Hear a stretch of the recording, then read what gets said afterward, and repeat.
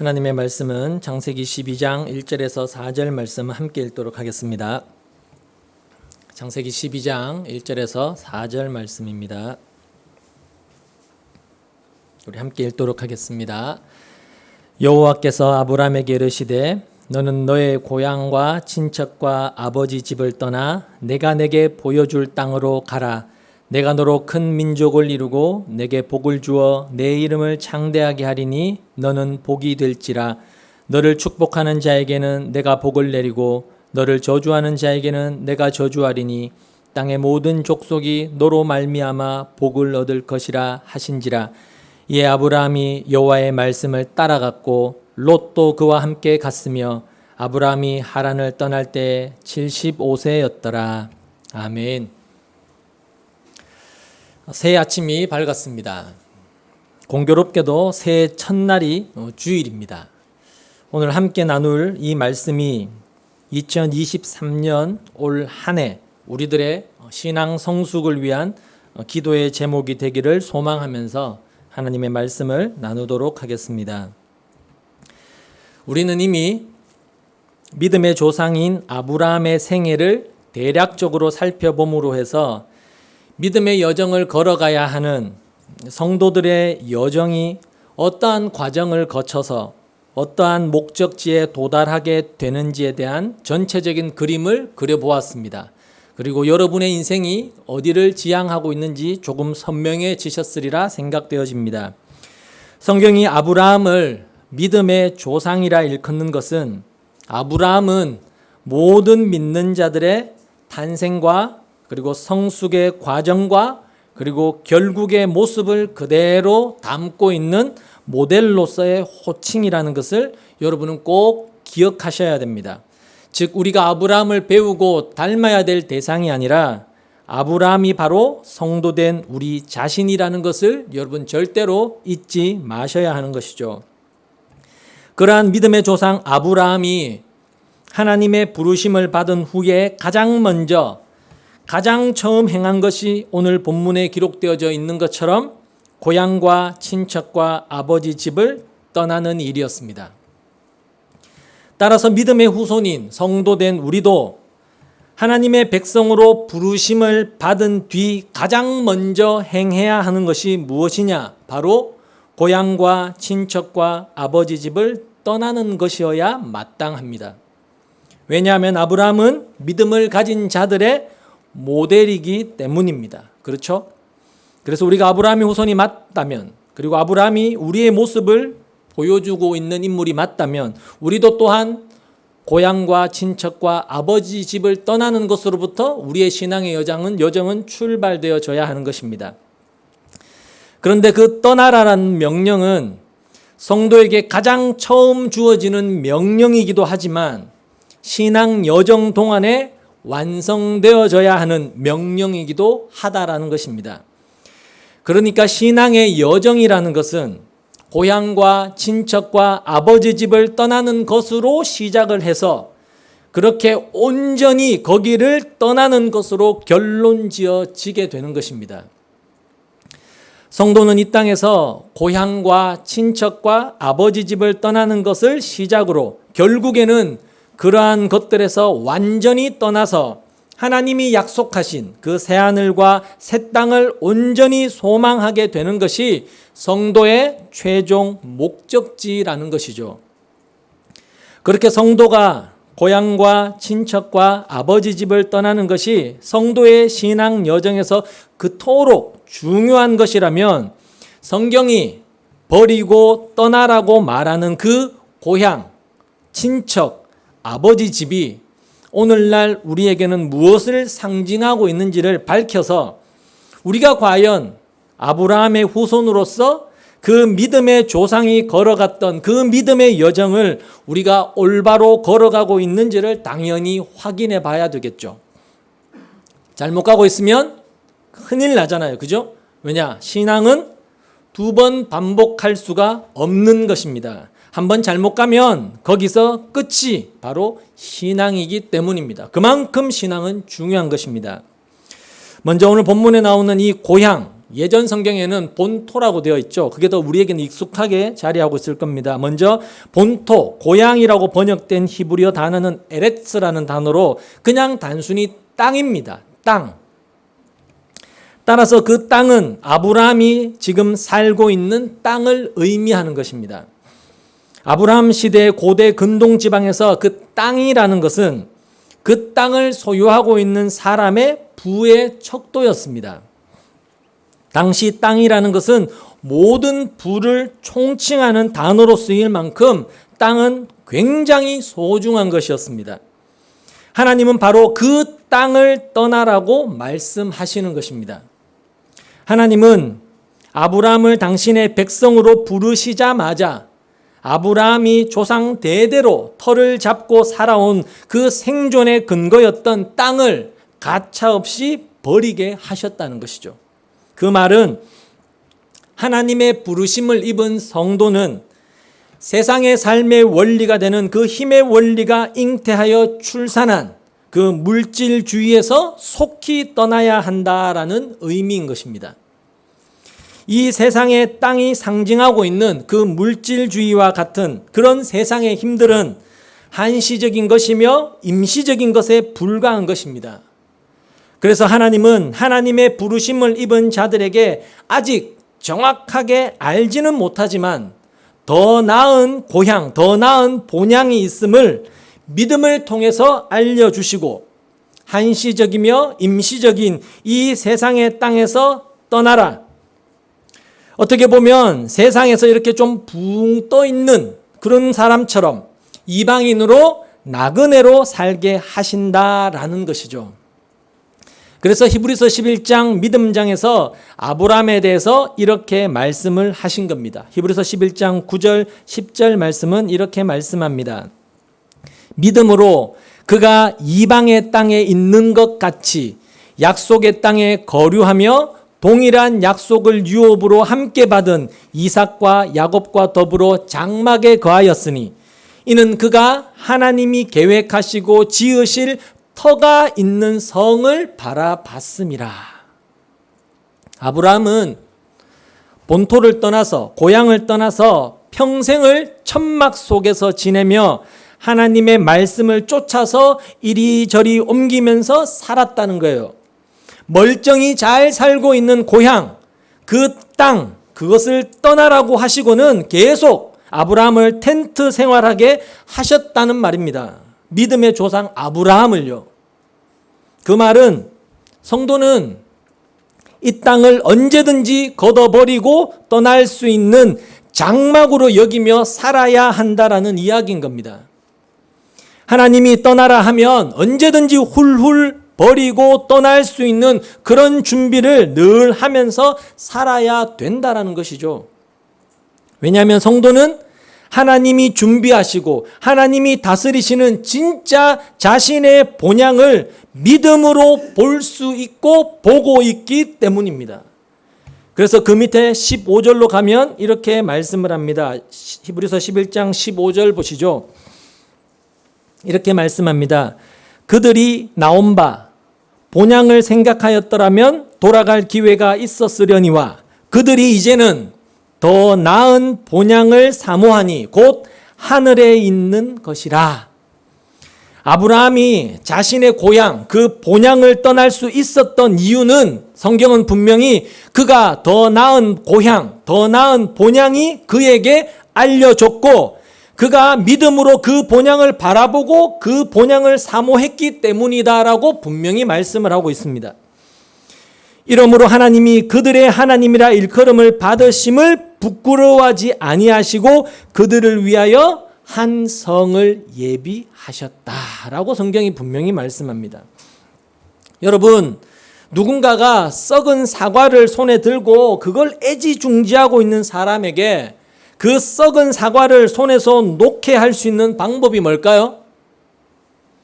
싱싱하고 먹음직스러운 정말로 온전한 새 사과를 보여주고 그것을 그에게 주는 것이죠. 마찬가지로 이 세상이 전부인 줄, 그래서 세상의 힘을 꼭 붙들고 살아가는 그 사람에게 더 나은 본향인 하나님의 나라가 믿음으로 인식될 때 비로소 그 썩은 사과와 같은 이 세상의 것들을, 내가 움켜쥐고 있는 그것들을 자연스럽게 놓을 수가 있게 되어지는 것입니다. 여러분은 정말로 아브라함과 같이 그 믿음으로 여러분의 참된 그 본향을 보셨습니까? 그래서 예수님은 믿음 안에서 천국을 본 이들은 이 세상의 것들을 모두 다 팔아서 그 천국을 산다라고 말씀을 하셨던 것입니다. 마태복음 13장 44절 말씀 보시죠. 주님은 이렇게 비유를 들어 말씀해 주셨습니다. 마태복음 13장 44절입니다.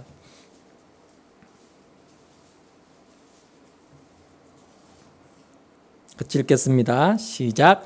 천국은 마치 밭에 감추인 보화와 같으니 사람이 이를 발견한 후 숨겨두고 기뻐하며 돌아가서 자기의 소유를 다 팔아 그 밭을 사느니라. 이 말은 하나님의 은혜로 천국의 소중함을 알게 된 사람들은 이 세상의 그 어떤 것들에도 한눈 팔지 않고 실체가 되는 그 천국을 천국 소망을 가장 가치 있는 것으로 여기며 살게 된다라는 말씀입니다.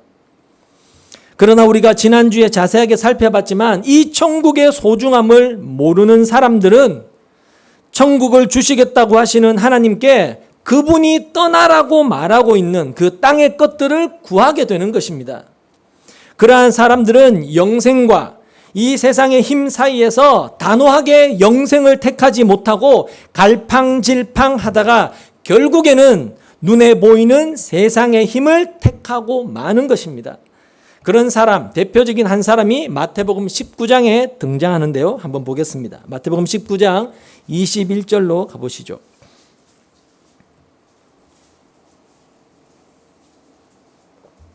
마태복음 19장 21절, 22절 두 절만 읽겠습니다. 같이 읽겠습니다. 시작. 예수께서 이르시되 내가 온전하고자 할진대 가서 내 소유를 팔아 가난한 자들에게 주라. 그리하면 하늘에서 보화가 내게 있으리라. 그리고 와서 나를 따르라 하시니 그 청년이 재물이 많음으로 이 말씀을 듣고 근심하며 가니라.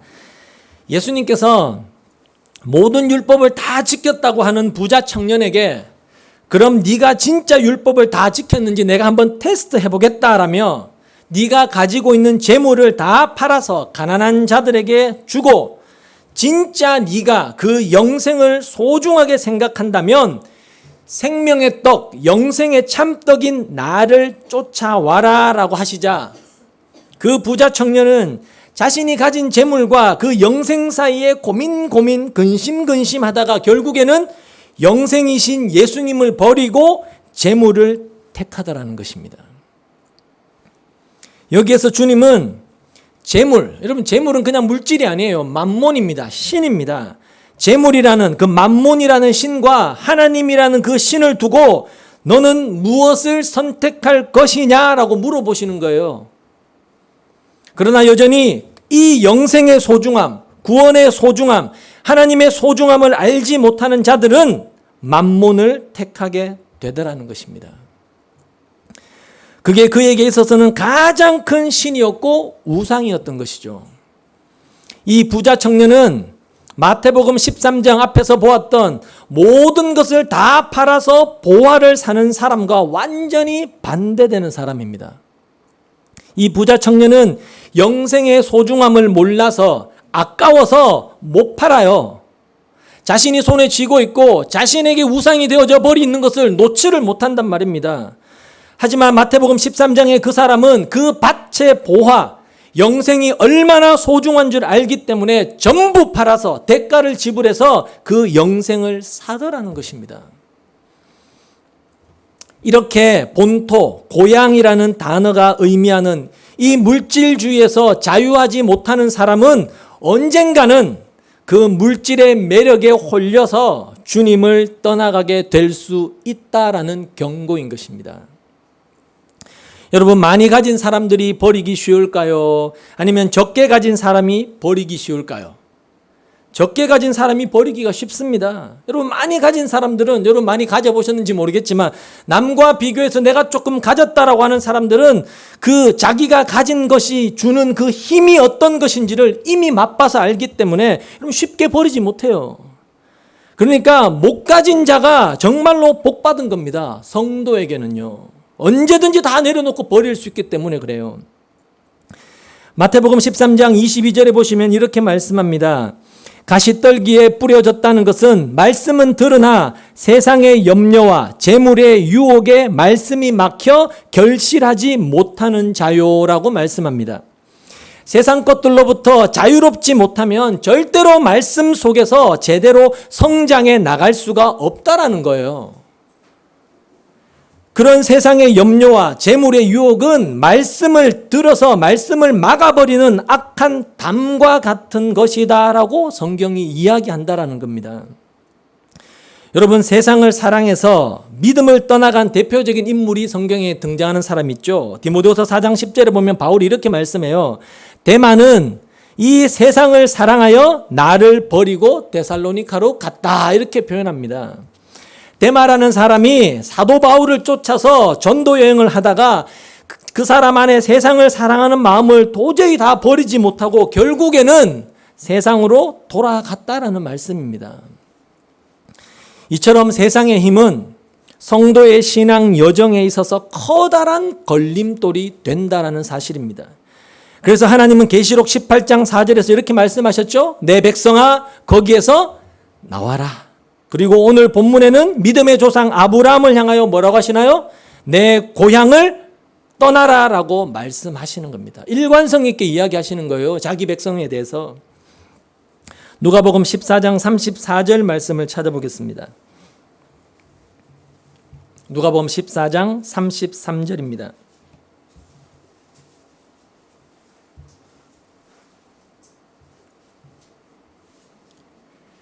같이 읽겠습니다. 누가복음 14장 33절 시작. 이와 같이 너희 중에 누구든지 자기의 모든 소유를 버리지 아니하면 능히 내 제자가 되지 못하리라. 여러분 이 말은 예수를 믿으면 자기의 모든 소유를 다 버리고 거지가 되라는 말이 아닙니다. 이 세상의 모든 소유는 예수님의 제자가 되는 길에 필요한 그런 비용에 불과한 것임을 너는 꼭 기억하고 그 소유를 목적으로 삼아서 살지 말라라는 이야기인 거예요.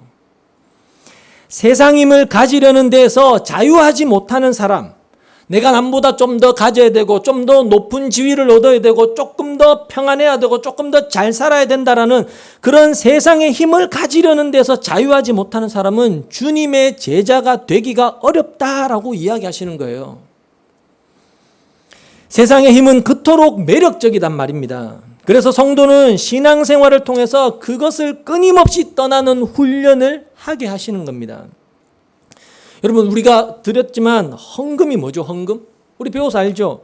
이 물질이 하나님 나라 확장을 위해서 귀하게 쓰이게 해 주십시오라며 헌금을 하는데 그 이유 이전에 내 소유를 버리는 연습을 하는 게 표면적으로 헌금입니다. 여러분 아십니까? 여러분 세상 사람들은 돈을 자신의 목숨처럼 여기잖아요. 그렇죠? 그래서 돈 때문에 부모도 죽이고 자식도 죽이고 남편도 죽이고 아내도 죽여요. 연인도 죽이고 다 돈 때문에 죽이는 것 아닙니까? 여러분 세상 사람들은 돈을 목숨처럼 여기면서 살지만 나는 세상 사람들이 신이라고 여기는 그 돈을 버릴 수 있다. 나는 이것이 나에게 신이 아니다라는 것을 보여주는 게 헌금이에요. 여러분. 그래서 헌금을 우리는 다른 말로 좀 영적인 표현으로 신앙 고백이라고 이야기하는 겁니다. 나는 여기에 종속되는 존재가 아닙니다라고 고백하는 게 헌금이지 않습니까? 따라서 성도라는 존재는 가난하다고 이 세상에서 가난하다고 기죽을 이유도 없고요. 내가 남들보다 조금 더 많이 가지고 조금 더 넉넉하다 부자라고 해서 교만을 떨어서도 안 되는 거예요. 가난하면 목소리가 줄어들고 내가 부자면 목소리가 높아지는 거 교회 안에서는 불가능하다라는 겁니다. 그런 것은 아직도 내가 그 세상 힘에 종속되어 있다라는 증거인 거예요. 부자 앞에 가면 주눅 들고 가난한 사람 앞에 가면 의시되려고 하고 이거는 내가 아직도 세상 힘에 종속되어 있는 것밖에 안 되는 겁니다. 그런 것으로 성공과 실패를 논한다면 그 사람은 아직도 신앙이 무엇인지를 전혀 깨닫고 있지 못하는 사람밖에 안 된다는 겁니다. 그러한 소유에서 자유로워지는 것이 바로 고향을 떠나라는 것입니다. 땅을 떠나는 것입니다. 하나님께서 아브라함에게 떠나라고 하신 그 친척과 아버지지도 사실 똑같습니다. 똑같은 겁니다. 여러분, 고대 시대의 친척과 가족은 외부 세력으로부터 자기를 지키는 유일한 방어 수단이었어요. 나를 지키는 유일한 힘이었단 말입니다. 그런데 그 친척과 가족을 떠나라는 것은 뭐죠? 오직 하나님만을 의뢰하며 하나님의 도우심만을 바라며 그 신앙의 여정을 가라는 의미인 것입니다. 그 말은 다른 말로 우리의 아버지이신 하나님과 그분이 우리에게 선물해 주신 구원, 영생이라는 그 하늘의 소망은 너무너무 소중한 것이기 때문에 하나님과 영생을 향한 우리의 갈망은 가족에 대한 의지와 애착과 사랑까지도 뛰어넘어야 된다라는 말인 겁니다. 이거 잘 기억하셔야 돼요. 그래서 마태복음 4장 19절로 가시면 예수님께서 제자들을 부르시는 장면에서 이와 관련되게 언급하시는 것을 볼 수 있습니다. 마태복음 4장 19절로 가보시죠.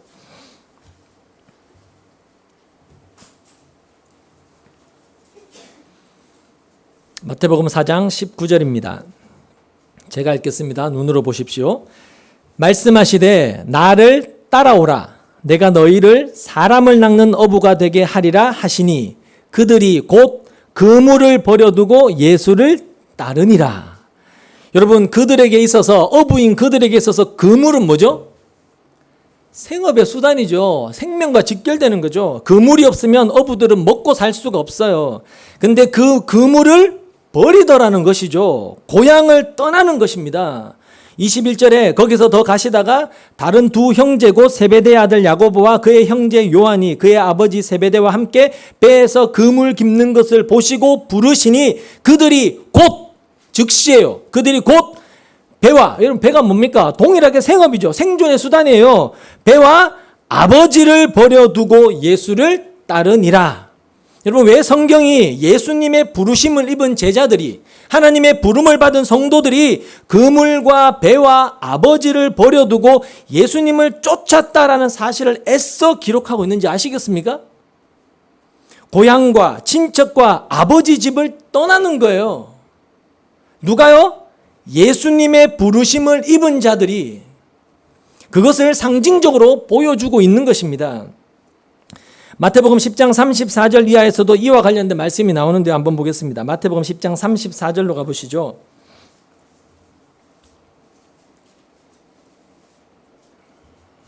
(34절부터) 읽습니다. 시작. 내가 세상에 화평을 주러 온 줄로 생각하지 말라. 화평이 아니요 검을 주러 왔노라. 내가 온 것은 사람이 그 아버지와 딸이 어머니와 며느리가 시어머니와 불화하게 하려 함이니 사람의 원수가 자기 집안 식구리라. 아버지나 어머니를 나보다 더 사랑하는 자는 내게 합당하지 아니하고 아들이나 딸을 나보다 더 사랑하는 자도 내게 합당하지 아니하며. 예, 보십시오. 이 말은 단순하게 표면적으로 가족 사랑하지 말라는 것이 아닙니다. 예수님과 하나님과 그리고 예수님이 주시는 그 영생의 소중함은 너무너무 크기 때문에, 그 구원의 가치는 무엇과도 비교할 수 없기 때문에 가족들에 의해서 저지되고 방해되어질 수 없다라는 뜻인 거예요. 예를 들어서 내가 너무너무 사랑하는 부모나 눈에 넣어도 아프지 않는 자식이 나의 신앙의 걸림돌이 되고 있다면 그들과 원수가 될지언정 나의 신앙을 포기하거나 타협해서는 안 된다라는 말인 겁니다. 그만큼 신앙은 소중하다라는 거예요. 내 가족이 먼저가 아니고 내 자식이 우선이 아니라 신앙이 우선이어야 된다라는 것입니다.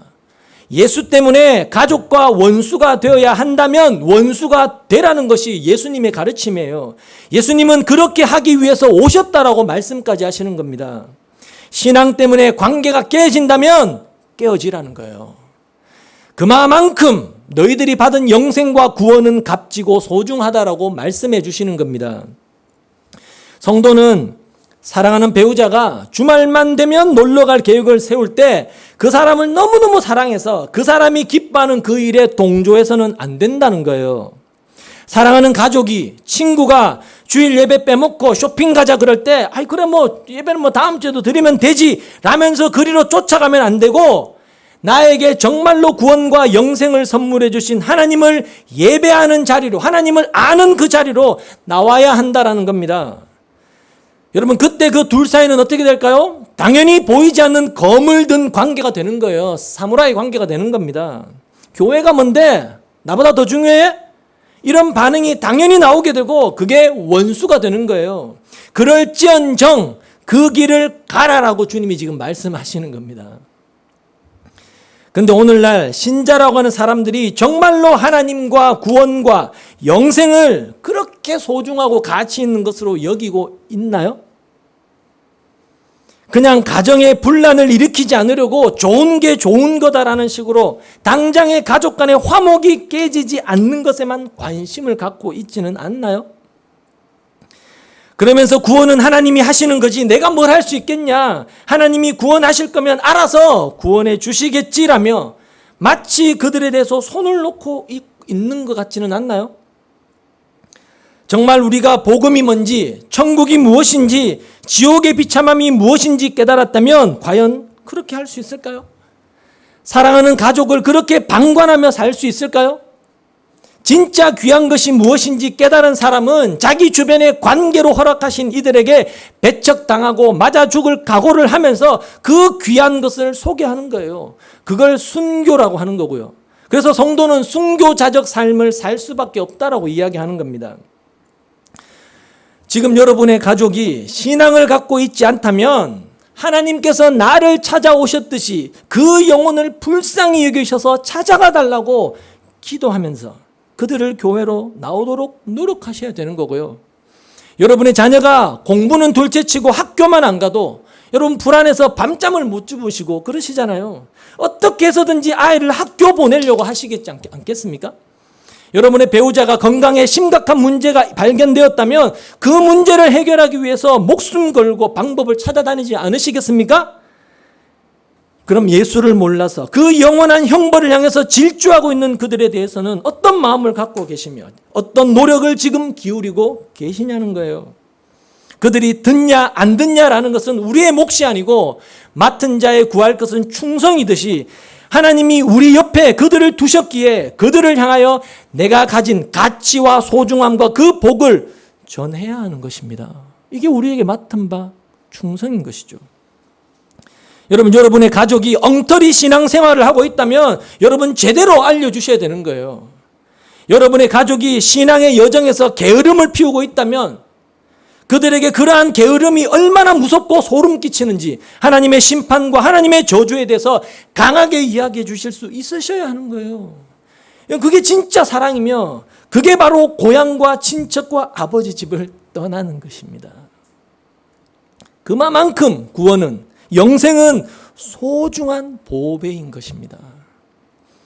그러나 그러한 계속되는 고향과 친척과 아버지 집을 떠나는 그 버림의 삶 속에서도 성도는요 결코 천국의 소망으로 인한 그 영생으로 인하여서 좌절하거나 낙담하지 않을 수가 있다는 것입니다. 마태복음 10장 29절 말씀 보겠습니다. 마태복음 10장 29절 30절 말씀입니다. 같이 보겠습니다. 같이 보시죠. 시작.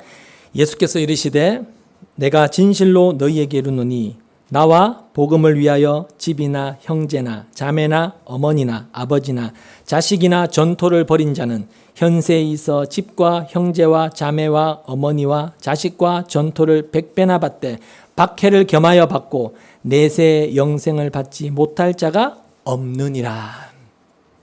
부담되는 말씀이시죠.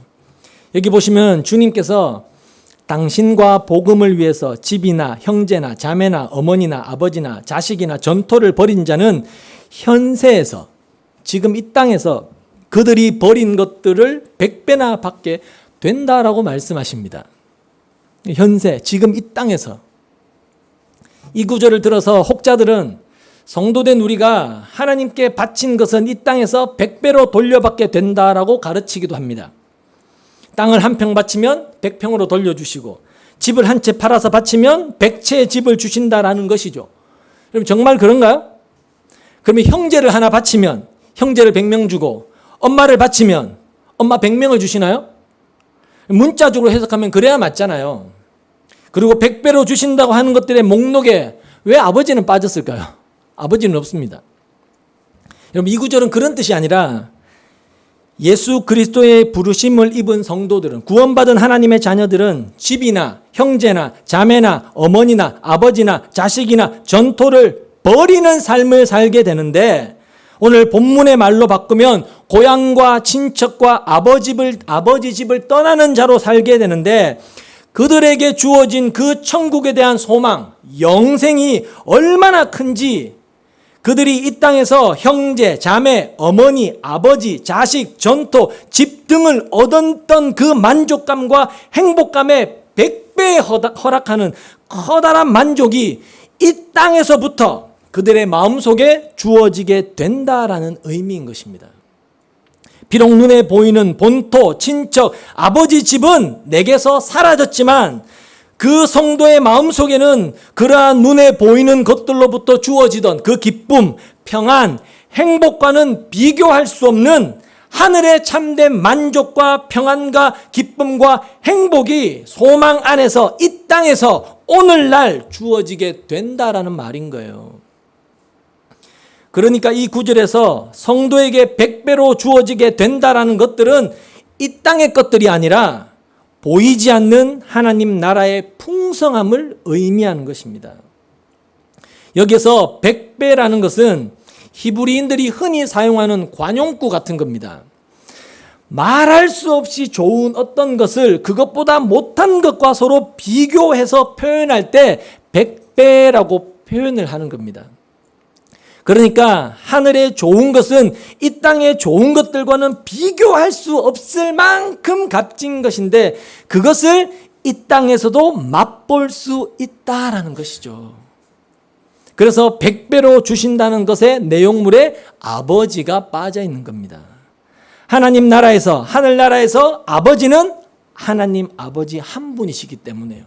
그래서 100배가 의미하는 하늘의 그 풍성한 것들을 상징하는 것에 아버지만 쏙 빠져 있는 겁니다. 아버지는 하나님 한 분이시니까요. 그러니까 이 말씀을 요약을 하면, 우리는 하나님 나라에서 진정한 우리의 아버지이신 하나님 아버지와 함께 이 땅의 것들과는 비교할 수 없는 그 풍성한 하늘의 것들을 누리며 살게 될 것인데, 그 하늘의 풍요를 이 땅에서도 지금 맛보며 살게 된다라는 그런 의미인 겁니다. 그러니까 우리가 고향과 친척과 아버지 집을 떠나서, 그리고 세상의 소유와 힘을 많이 버려도 그것으로 인한 좌절, 그것으로 인한 결핍보다는 하늘의 소망으로 인하여서, 그리고 영생으로 인한 풍요와 소망이 훨씬 더 크다라는 것입니다. 성도는 그걸 버릴 수 있는 자가 되었다라는 뜻인 것이죠. 그래서 우리가 이렇게 시간을 들이고 이렇게 힘을 들이고 물질을 들이면서 신앙생활을 할 수 있는 겁니다. 여러분, 세상 사람들은 절대로 할 수 없습니다. 여러분, 어떻게 내 걸 바쳐요? 어떻게 내 걸 버려요? 어떻게 내 피와 살과 같은 이 황금 같은 시간과 이 귀한 물질을 어떻게 남을 위해서 버린단 말입니까? 세상 사람들은 절대로 못 버리는 거예요. 이렇게 부르심을 입은 성도들은 고향과 친척과 아버지 집을 떠나서, 반드시 떠나서 하나님의 말씀만을 쫓아 하나님만을 의지하며 하나님의 뜻에 순종하여 살아야 하는 것입니다. 오늘 본문 1절을 보시면 하나님께서 아브라함에게 내가 네게 보여줄 땅으로 가라라고 말씀하시죠. 개역 성경에는 지시할 땅으로 가라라고 되어 있는데, 그 구절에서 악센트는 땅에 있는 것이 아니라 지시하다, 보여주다에 있는 거예요. 강조점이 딴 데 있습니다. 그래서 성도에게는 그 땅이 어떤 땅이냐, 이것은 상관이 없어야 돼요. 하나님이 지시하시는 것, 하나님이 보여주시는 그것이 포인트고 강조점이기 때문입니다. 그래서 그 땅이 어떤 땅인지는 안 알려주시고 그냥 보여줄 땅으로 가라, 지시할 땅으로 가라라고 하시는 겁니다. 여러분, 하나님은 선하신 분이십니다. 우리는 배워서 알죠. 하나님은 선하시고 인자하신 분입니다. 하나님은 가장 좋은 것만 자기 자녀에게 주시는 분이시기 때문에 우리는 하나님이 가라고 하면 가고, 서라고 하면 서고, 해라고 하면 하고, 하지 말라고 하면 안 하면 되는 거예요. 왜? 하나님은 선하시고 우리에게 가장 좋은 것만 주시는 분이시기 때문입니다. 그렇게 성도는 하나님이 보여주시는 것을 쫓아서, 지시하시는 그것을 쫓아서 열심히 살아가는 자로 지어져 가는 것입니다. 그리고 그렇게 아버지가 보여주시는 것을 온전히 순종하며 사는 곳이 어디죠? 하나님의 나라, 천국인 것입니다. 천국요. 자, 그러면 우리가 순종하고 의지해야 할 하나님의 말씀은 오늘날 어떻게 들을 수 있나요? 오늘날에는 하나님께서 어떻게 말씀을 하시나요?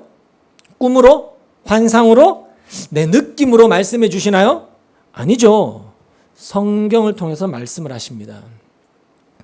하나님은 성도된 우리에게 성경을 통해서 너희는 내가 보여주는 길을 따라서, 내가 보여주는 삶을 살면서 내가 보여주는 곳으로 가라라고 말씀을 해주시는 겁니다.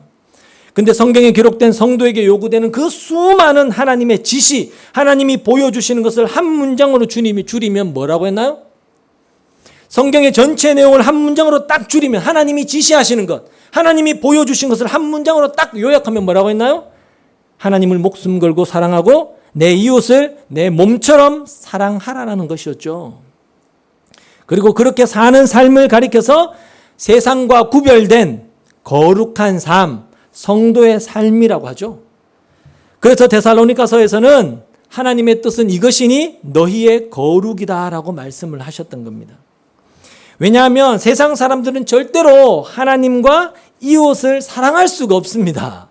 자기를 사랑하지 하나님과 이웃을 절대로 세상 사람들은 사랑할 수가 없습니다. 그들은 남을 밟고 올라가야지, 남을 먹어야지 내가 행복해지기 때문에 그래요. 그러나 거룩하게 구별된 성도, 성도가 거룩하게 구별된 자라는 뜻이잖아요. 그렇게 거룩하게 구별된 성도는 세상 사람들과 구별되어져서 비로소 사랑할 수 있는 자들이 된 것입니다. 따라서 성도된 우리가 고향과 친척과 아버지 집을 떠나지 않고 그냥 거기에 집착한 채 살고 있으면 우리는 그것을 지키느라고 절대로 우리의 이웃을 내 몸처럼 사랑할 수 없을 겁니다. 그리고 보이지 않는 하나님을 보이는 것들보다 더 사랑할 수가 없어요. 보이는 것을 사랑하지 보이지 않는 하나님을 절대로 사랑할 수 없을 겁니다. 그래서 우리는 하나님만을 온전히 의지하기 위해 이 세상의 힘들을 자꾸 놓는 훈련을 해야 하는 거예요. 고향과 친척과 아버지 집을 떠나는 연습들을 끊임없이 해야 되는 겁니다. 따라서 고향과 친척과 아버지 집을 떠나는 것은, 다른 말로 이 땅의 것을 자꾸 내려놓는 것은 성도가 살아내야 하는, 하나님을 사랑하고 이웃을 사랑하는 거룩한 삶의 시작이며 과정이며 완성인 것입니다. 자기 안에 자신만으로 가득 차 있으면 절대로 하나님을 사랑할 수 없고, 여러분 내 옆에 있는 사람을 사랑할 수 없습니다. 그래서 성도는 자꾸 놓아야 하는 거예요. 물론 한 번에 안 되죠. 당연히 한 번에 안 되죠. 그래서 신앙생활이라는 그 인생의 여정, 시간이라는 것이 우리에게 허락되어져 있는 겁니다. 열심히 훈련하고 열심히 연습해서 그것을 점점 놓아가라고요. 그래서 오늘 바로 우리를 주님이 데리고 가시지 않는 거예요. 우리가 새로운 한 해를 허락하셨던 것은 더 열심히 이거 훈련하고 연습하라고 이 한 해를 또다시 우리에게 허락해 주신 것입니다. 결국 우리가 고향과 친척과 아버지 집에 대한 미련을 온전히 벗을 때, 그때 우리는 온전히 하나님만을 사랑하고 이웃을 내 몸과 같이 사랑할 수 있게 되는 것입니다. 따라서 성도가 세상에서 떠나는 일은 계속해서 지속적으로 일어나야 하는 일인 것입니다. 본문 1절 말미에 가라라는 단어는, 내가 네게 보여줄 땅으로 가라라는 그 가라라는 단어는 계속되는 행보를 말하는 거예요. 뒤를 돌아본다거나 미련을 두어서는 안 되고 앞만 보고 전진해 가야 된다라는 의미인 겁니다. 롯의 아내가 그 화려한 소돔과 고모라의 미련을 두고 뒤를 딱 돌아봐서 어떻게 됐죠? 소금 기둥이 된 것을 우리는 잘 알고 있습니다. 성도는 절대 자신이 버리고 떠나왔던 그 옛것들을 돌아보며 아쉬워해서는 안 된다는 거예요. 그리고 그리로 다시 돌아가서도 절대로 안 된다는 것이고요. 많은 분들이 여러분 하나님만 의지하고 하나님만 의뢰하기 위해서 온통 자신의 힘을 향해 세상의 힘을 향해 쏟고 있었던 그들의 눈들을 딱 돌려서 하늘의 복을 쫓다가 중도에 지쳐서 다시 세상의 힘을 향해 달려가곤 하는 것을 우리는 주변에서 왕왕 보죠. 그리고 많은 분들이 하나님의 지시하심을 쫓아서 오직 자기만을 위해서 살기 위해 쌓아두었던 그 집착하는 것, 중독된 것, 습관 등을 버리고 거룩한 삶을 잘 추구하는 듯 하다가 그 삶이 너무 고단하다고 생각해서 고단해서 그것을 이기지 못하고 중도에 다시 자기 스스로를 세상의 것들로 행복하게 만들기 위한 그런 집착과 중독에 다시금 빠져드는 것 종종 보지 않습니까? 성도는 그렇게 멈추거나 뒤로 돌아서서는 안 된다는 것을 이렇게 경고해 주고 계신 것입니다. 누가복음 17장 31절 말씀 찾아보시죠. 우리에게 주님 이렇게 경고해 주십니다. 누가복음 17장 31절 32절 제가 보겠습니다. 여러분 눈으로 따라 읽어 주십시오. 그날에, 여기서 말하는 그날은 말세 종말의 심판의 때를 이야기합니다. 그날에 만일 사람이 지붕 위에 있고 그의 세간이 그 집안에 있으면 그것을 가지러 내려가지 말 것이요 밭에 있는 자도 그와 같이 뒤로 돌이키지 말 것이라. 여러분 마지막 날에 하나님의 심판의 불이 쏟아지는 그 종말에 집에 있는 물건들이 아깝다고 그거 가지러 다시 집 안으로 들어가지 말라고 하셔요. 그러면서 누구를 이야기하시느냐? 32절에 롯의 철을 기억해라 라고 하십니다. 여러분 말세가 제가 언제라고 했나요? 말세가 언제죠? 종말이 언제죠? 지금입니다. 지금이 말세고 지금이 종말이에요. 2000년 전에 예수님이 이 땅에 오셔서 십자가의 죽으심으로 세상에 대해서 구원과 심판이 임하게 되었고 그때부터 예수님이 최종적으로 심판과 구원을 완성하러 다시 오시는 그때까지를 종말, 말세, 마지막 때라고 이야기하는 것입니다. 그러니까 이 마지막 때 뒤를 돌아보면 안 된다는 거예요. 그러면 롯의 아내처럼 소금기둥 되는 겁니다. 여러분 성경에서 소금기둥, 연밭 등은 저주의 땅, 저주받을 자를 상징해요. 그래서 성도는 그렇게 저주받은 자리로 다시금 돌아갈 수가 없습니다. 그래서 성도가 중도에 지쳐서 자꾸 뒤를 돌아본다면 어떻게 될까요? 뒤로부터 가차없이 하나님의 징계와 채찍이 날아오게 되는 겁니다. 그가 성도가 맞다면요. 왜? 앞으로 전진하면서 자라가야 하기 때문에 우리를 징계하실 수밖에 없는 겁니다. 우리는 우리의 목적지를 향해서 쉴 새 없이 달려가야 될 경주자들이에요. 신앙의 경주자들 아닙니까? 그렇게 달려가야 할 자들이 달리지 않고 어슬렁거리고 있을 때 마부는 어떻게 해요? 채찍으로 경주마를 독려할 수밖에 없는 겁니다. 그래서 주님은 누가복음 9장 62절 말씀에 이렇게 말씀하셨습니다. 예수께서 이르시되 손에 쟁기를 잡고 뒤를 돌아보는 자는 하나님의 나라에 합당하지 아니하니라 하시니라. 근데 아브라함과 데라는 어땠나요? 고향과 친척과 아버지 집을 떠나는 그 신앙의 여정 중간에 하란이라는 곳에 머물러 버렸죠. 여러분 아브라함이 왜 가나안으로 가던 도중에 그곳에 머물렀는지는 정확하게 알 수는 없습니다. 그러나 우리는 두 가지로 추론을 해볼 수가 있습니다. 첫 번째는 아브라함이 화려한 그 문명의 매력을 여전히 사랑하고 있어서 쉽게 버릴 수가 없었어요. 그리고 이방인과 나그네로서의 위험을 감수하기가 너무너무 두려웠던 것입니다. 왜냐하면 그 당시에 이방인과 나그네는 법 밖에 있었던 사람이었습니다. 그래서 누가 그를 죽여서 그냥 갖다 묻어버려도 아무도 말할 수 없는 존재가 이방인과 나그네였습니다. 그러니까 고향과 친척과 아버지를 떠나라라는 그 명령이 얼마나 아브라함에게는 두렵고 무서운 것이었겠습니까? 자신의 생명을 보장받을 수 없는 그런 모험인데요. 그런 것 때문에 같은 신을 섬기는, 같은 어떤 도시 문명 속에 속한 하란에 머물렀던 것입니다.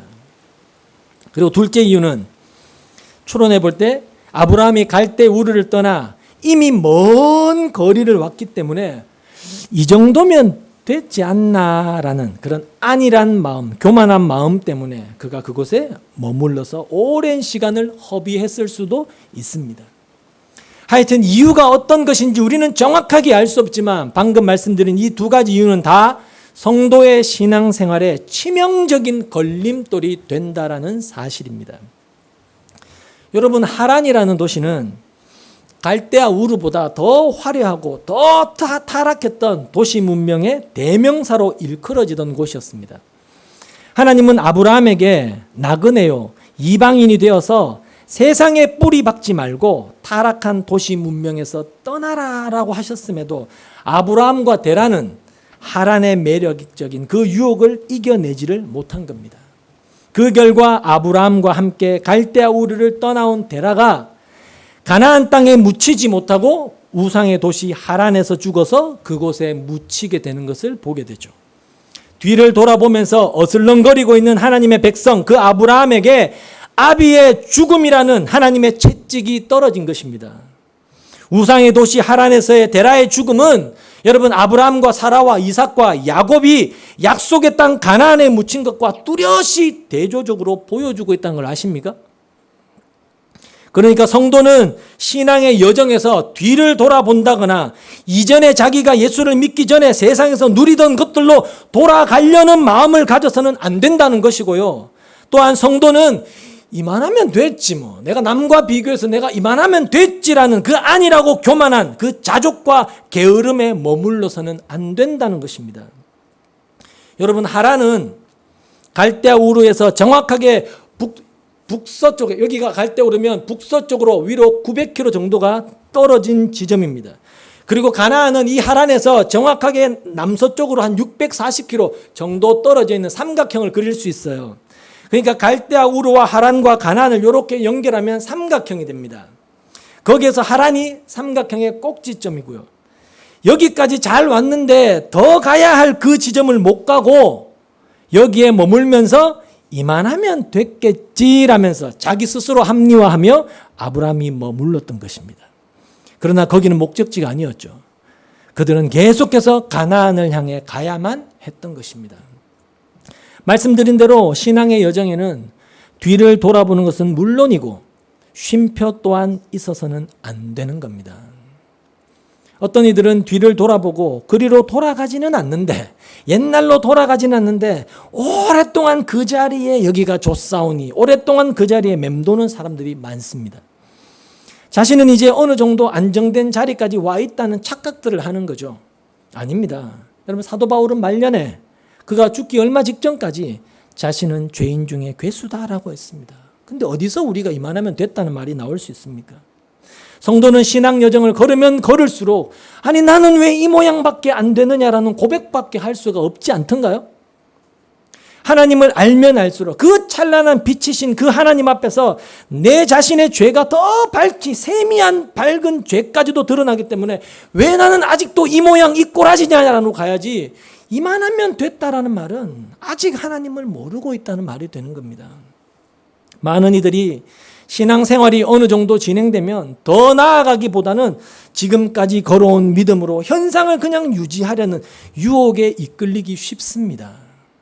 혹시 여러분 마음속에 이 정도면 됐겠지라는 생각이 드시거든 거기가 바로 여러분의 하란이라는 것을 잊지 마십시오. 하나님이 떠미시기 전에 얼른 그 자리에서 벗어나셔야 하는 것입니다.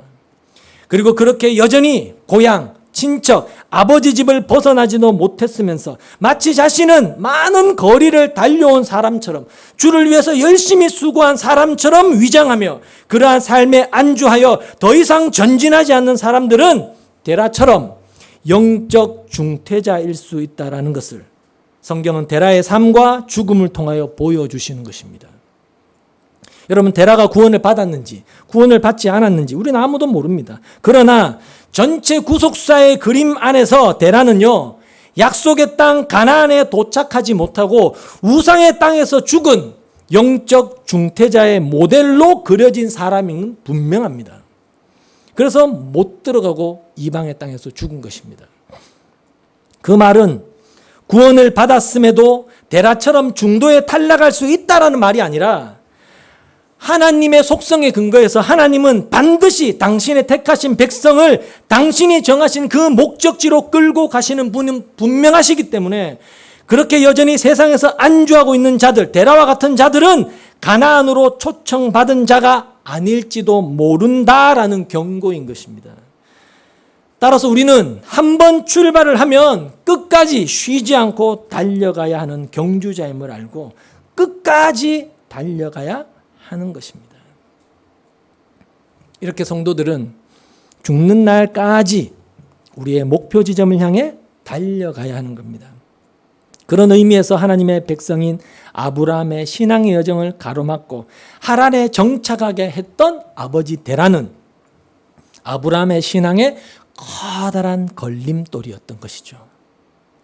그래서 하나님은 하란에서 데라가 죽자마자 걸림돌이 제거되자마자 즉시 아브라함에게 나타나십니다. 성경을 보시면 창세기 11장과 12장이 이 둘이 딱 붙어 있어요. 하란에서 데라가 죽자마자 하나님이 바로 나타나셔서 아브라함에게 당신의 명령을 다시금 하달하시는 것을 보게 되죠. 이렇게 하나님은 하나님의 백성들의 신앙 여정을 가로막는 수많은 데라들을 직접 처단하시고 당신의 백성들이 전진할 수 있는 물꼬를 트신다라는 것을 데라의 죽음과 아브라함의 이 2차 행진을 통해서 우리에게 보여주시는 것입니다.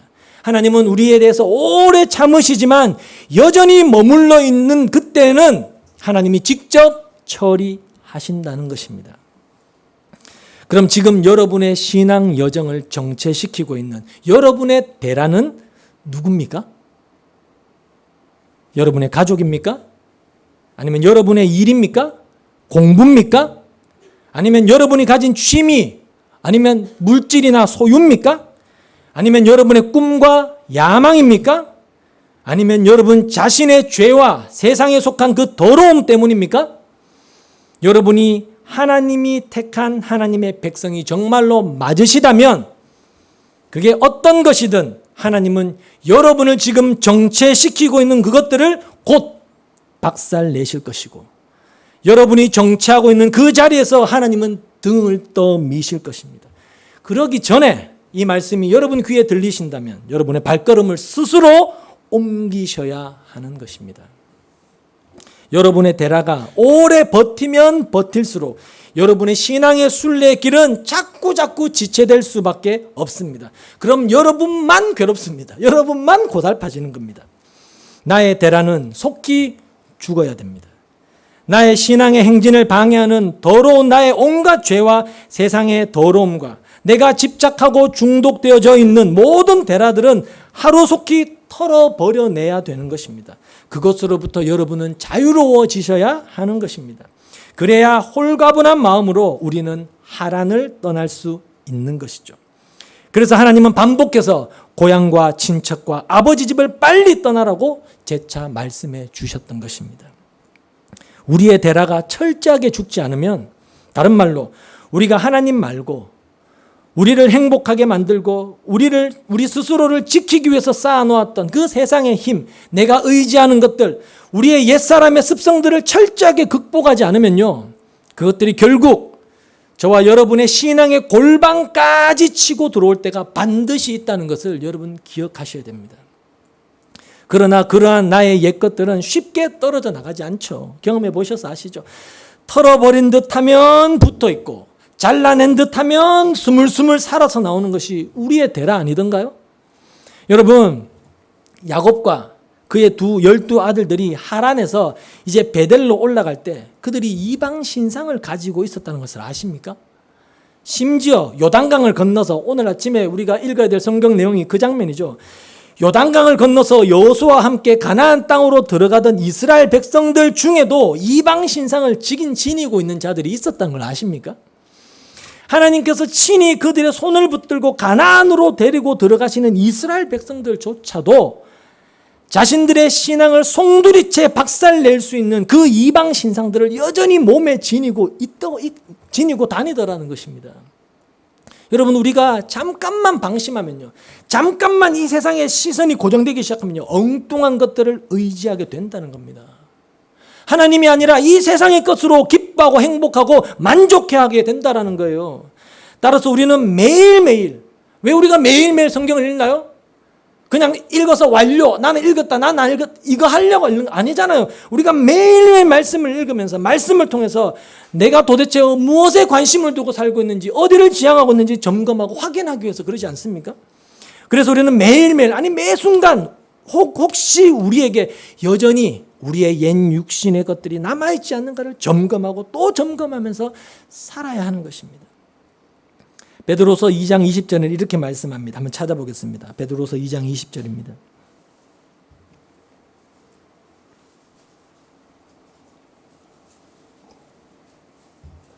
베드로서 2장 20절입니다.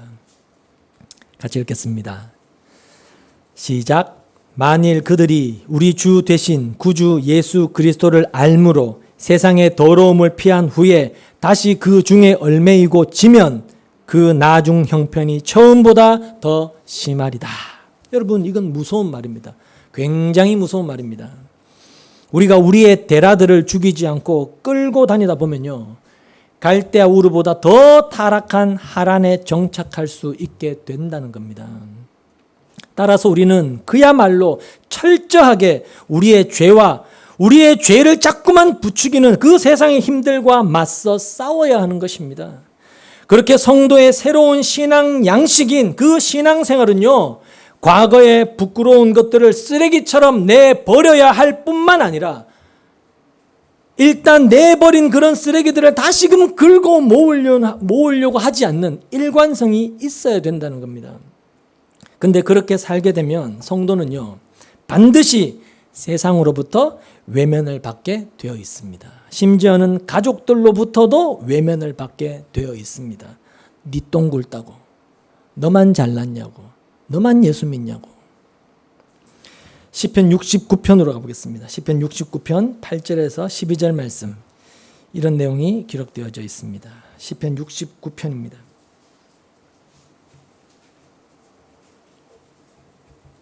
8절 말씀 보겠습니다. 시편 69편 8절입니다. 천천히 같이 보겠습니다. 시작. 내가 나의 형제에게는 객이 되고 나의 어머니의 자녀에게는 낯선 사람이 되었나이다. 주의 집을 위하는 열성이 나를 삼키고 주를 비방하는 비방이 내게 미쳤나이다. 내가 곡하고 금식하였더니 그것이 도리어 나의 욕이 되었으며 내가 굵은 배로 내 옷을 삼았더니 내가 그들의 말거리가 되었나이다. 성문에 앉은 자가 나를 비난하며 독주에 취한 무리가 나를 두고 노래하나이다. 여러분, 이 현실이 바로 예수와 복음으로 인한 아버지와 어머니와 자식과 전토와 집을 버리는 모습인 겁니다. 그렇게 사랑하는 이들에게 버림을 받는다 할지라도 포기할 수 없는 것이 바로 영생, 구원, 하나님 나라라는 것입니다.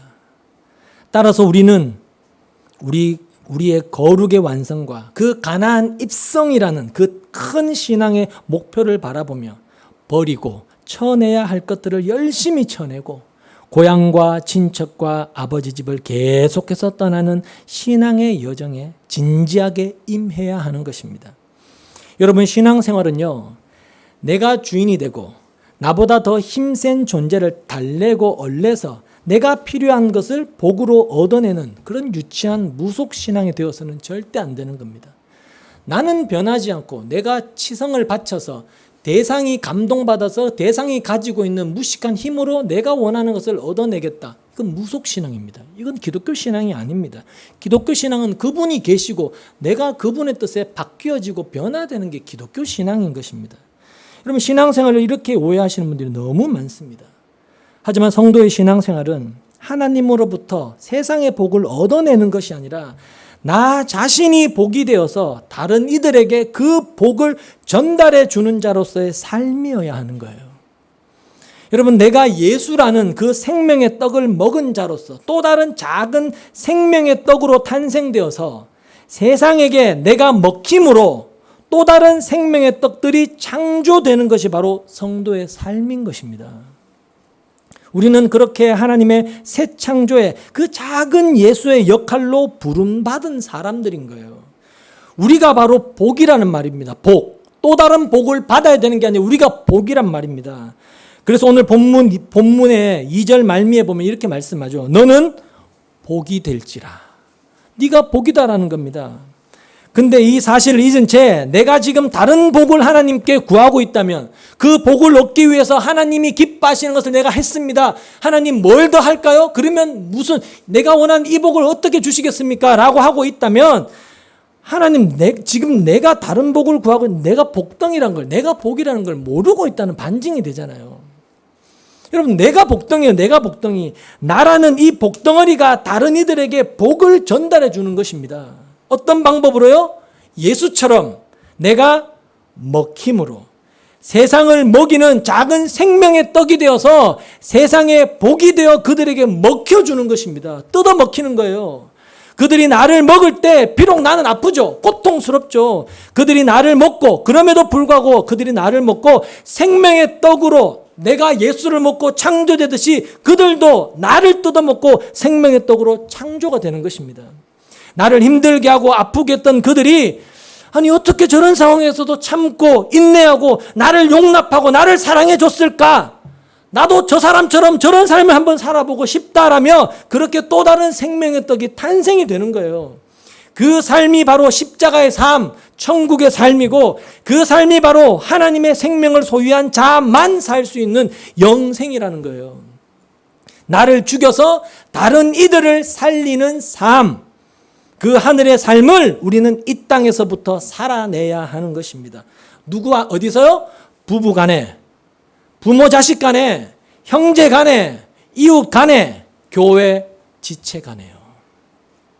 그래서 예수님께서 자신의 고향인 그 하나님의 나라, 자신의 본토인 그 하나님의 나라와 아버지 집인 하나님 아버지를 떠나서 이 이방 땅, 이 땅에, 이 세상에 오셔서 하나님 아버지께 온전히 순종함으로, 다른 말로 세상에 먹히심으로 하늘의 영원한 하나님 나라의 영광의 그 보좌에 앉으신 것입니다. 그것이 참된 승리고 참된 영광의 삶이다라는 것을 성도된 우리에게 보여주신 것입니다. 고향, 친척, 아버지 집을 떠나 여기 와서 원수에게 뜯어먹히는 그 생명의 떡으로서의 삶이 진짜로 얘들아 영광스러운 삶이야 라는 것을 예수님이 그분과 연합된 성도에게만 보여주시는 것이고 아브라함의 삶에서 그림으로 나타내 보여주고 계신 것입니다. 그것이 바로 아브라함의 후손된 성도된 우리의 삶이 되어야 하는 것이고요.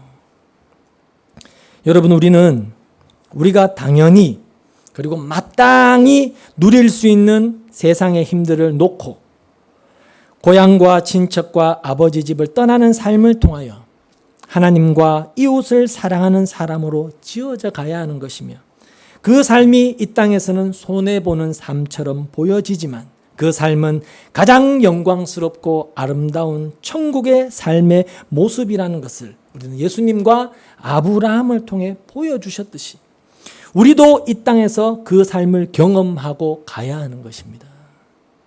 물론 내가 생명의 떡이 되어서 원수들에게 뜯어먹히는 삶은 절대로 쉽지 않습니다. 원수가 우리 집안 식구들인데 집안 식구들에게 뜯어먹히는 게 쉽지가 않아요. 자존심을 내려놔야 되고요. 억울하죠. 나만 하는 것 같고 손해보는 것 같고 부당한 대우를 당해도 그들을 이해하고 용납하고 또 참고 기다리며 인내해야 되는 굉장히 지루하고 힘든 삶입니다. 그리고 내가 볼 때 주변의 모든 사람들이 예수를 믿는데도 다 자기만을 위해서 사는데 왜 나만 손해보고 나만 져주고 나만 참으면서 살아야 되느냐라고 생각할 수 있지 않습니까? 여러분 그런 생각 많이 하시잖아요. 그래도 여러분은 그 삶을 사셔야 합니다. 왜? 여러분은 세상의 소금이기 때문입니다.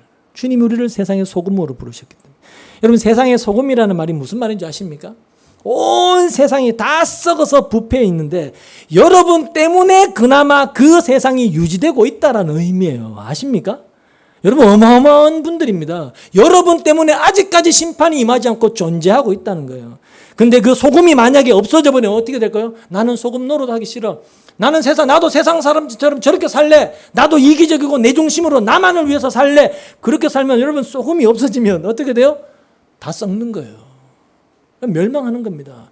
여러분의 집이 썩고 교회가 썩고 세상이 썩고 여러분이 계신 것이 썩어버리는 겁니다. 멸망하는 거예요. 근데 온통 다 썩어 문드러져서 도저히 그냥 두고 볼 수 없는 이 악한 세상 속에도 그래도 각자의 자리에서 열심히 소금의 삶, 복덩이로서의 삶, 생명의 떡으로서의 삶을 살고 있는 하나님의 백성된 여러분들이 존재하고 있기 때문에 그나마 이 세상이 아직도 유지되고 있다는 겁니다. 그래서 세상은 여러분에게 감사해야 되는 거예요. 하나님은 일찍이 예레미야 선지자를 향해서 이렇게 말씀하셨죠. 예레미야 5장 1절에 보면 너희는 예루살렘 거리로 빨리 달리며 그 넓은 거리에서 찾아보고 알라. 너희가 만일 정의를 행하며 진리를 추구하는 자 한 사람이라도 찾으면 내가 이 성읍을 용서하리라. 그리고 아브라함에게도 똑같이 말씀하셨어요. 멸망당할 소돔과 고모라의 의인 10명만 있어도 내가 그 성을 멸하지 않겠다라고 하셨던 것처럼 이 다 썩어 빠져서 지금 당장 심판해도 하나도 이상할 것 없는 이 세상이 어떻게 아직도 이렇게 유지되고 있는지 아십니까? 눈에 보이지 않는 그 소수의 하나님의 백성들이 각자의 자리에서 열심히 복으로, 떡으로, 소금으로, 빛으로 존재하며 살아내고 있기 때문인 것입니다. 그러니까 여러분은 성도로서의 그 삶을 절대로 포기하시면 안 돼요. 나 힘들어서 못하겠다. 나도 너희들과 똑같이 살겠다. 이러시면 안 됩니다. 믿지 않는 자들이 그렇게 산다고 해도 나도 그들처럼 살겠다 하시면 절대 안 된다는 거예요. 여러분 그럼 망하는 겁니다. 다 망하는 겁니다. 우리는 생명의 떡이 되어야 되고 복이 되어야 되고 빛이 되고 소금이 되어야 하는 겁니다. 누구처럼요? 예수처럼요. 예수처럼요.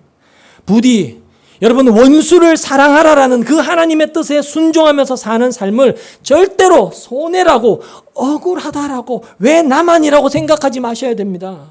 이거는 아무나에게 주어지는 축복이 아니에요. 아무도 그렇게 살지 않는데 나만 그렇게 사는 것을 보니까 너무 속상하고 너무 바보 같고 너무 병신 같다라고 생각하지 마셔야 된다는 겁니다. 여러분의 가정에서 여러분이 속한 그 공동체에서 여러분이 그 빛으로 소금으로 복으로 작은 생명의 떡으로 남아 계셔야 합니다. 그럼 여러분 때문에 그들이 멸망당하지 않을 뿐만 아니라 여러분을 뜯어먹고 그들이 또 다른 생명의 떡으로 탄생이 되어질 것입니다. 그게 성경의 약속입니다. 그러니 용납해 주시고 당해 주시고 손해봐 주십시오. 져 주십시오. 오른쪽 뺨 때리면 왼쪽 뺨도 한번 돌려대 보시고요. 이 땅에서 바보가 되십시다. 떡이 되시고 복이 되십시오. 그 귀한 일, 힘들다, 억울하다 멈추지 마시고 성도로서 살아내셔야 합니다. 그 삶을 살기 위해서 여러분은 반드시 고향과 친척과 아버지 집을 열심히 떠나는 훈련을 하셔야 합니다. 그러니 하나님이 고향과 친척과 아버지 집을 떠나게 하는 상황과 환경들을 여러분에게 펼쳐 보이실 때, 허락하실 때 불평하고 원망하지 마시고 하나님 감사합니다. 하나님 고맙습니다. 제 스스로는 도저히 버리지 못하니까 하나님이 저를 버리게 해 주시네요 라고 오히려 감사하십시오. 부디 여러분을 두신 자리에서 여러분을 통하여 많은 생명들이 탄생하게 되는 놀라운 기적을 경험하시는 이 복된 한 해가 되시기를 주님의 이름으로 응원하고 축복합니다. 기도하겠습니다.